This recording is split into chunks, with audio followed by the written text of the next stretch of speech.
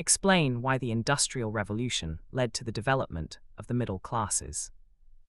The Industrial Revolution in Britain, c. 1760–1840, caused the rapid emergence and expansion of the middle classes, a social group that occupied the space between the landed aristocracy and the industrial working class. While the aristocracy retained significant political and social prestige, and the working class grew in size and militancy, it was the middle classes who benefited most directly from industrialization. This essay argues that the Industrial Revolution led to the development of the middle classes primarily through the creation of new sources of wealth, the expansion of professional and managerial roles, and the growth of urban commerce, all of which were underpinned by the shift from a predominantly agrarian to an industrial economy. The most important reason for the rise of the middle classes was the creation of new forms of industrial and commercial wealth. The factory system and technological innovations such as Arkwright's water frame, 1769, Watt's improved steam engine, 1769–1785, and the power loom generated enormous profits for factory owners, mill owners, and entrepreneurs. Men such as Richard Arkwright, Josiah Wedgwood, and Matthew Boulton accumulated vast fortunes through manufacturing and innovation.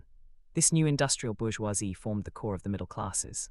Alongside them, merchants, bankers, and traders in rapidly expanding towns like Manchester, Birmingham, and Liverpool also prospered from the increased volume of domestic and international trade.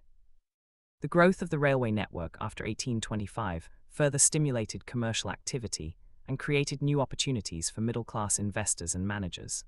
Thus, industrialization created a new economic elite whose wealth was based not on land but on capital, enterprise, and industrial production.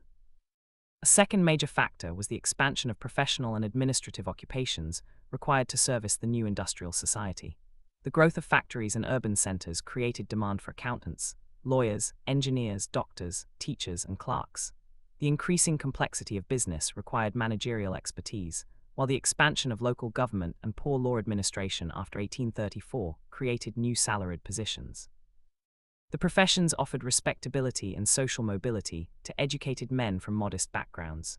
The middle classes also benefited from the expansion of education and the growth of a consumer market for middle-class goods such as books, furniture, and fashionable clothing.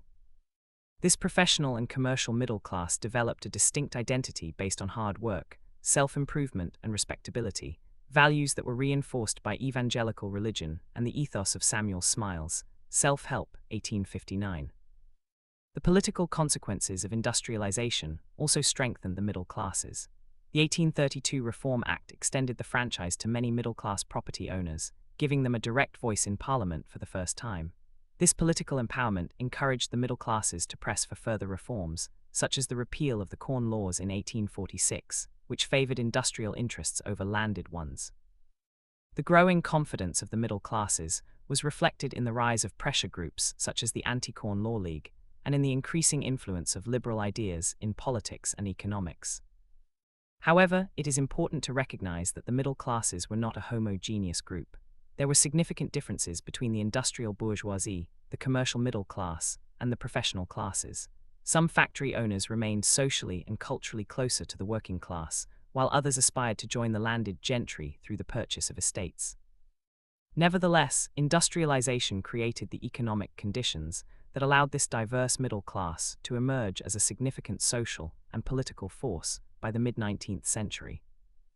In conclusion, the Industrial Revolution led to the development of the middle classes primarily because it generated new sources of wealth based on industry and commerce, created a wide range of professional and managerial occupations, and shifted political power towards property owners outside the traditional landed elite.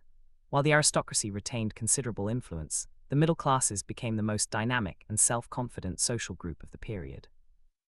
Their rise was both a cause and a consequence of Britain's transformation into the world's first industrial nation.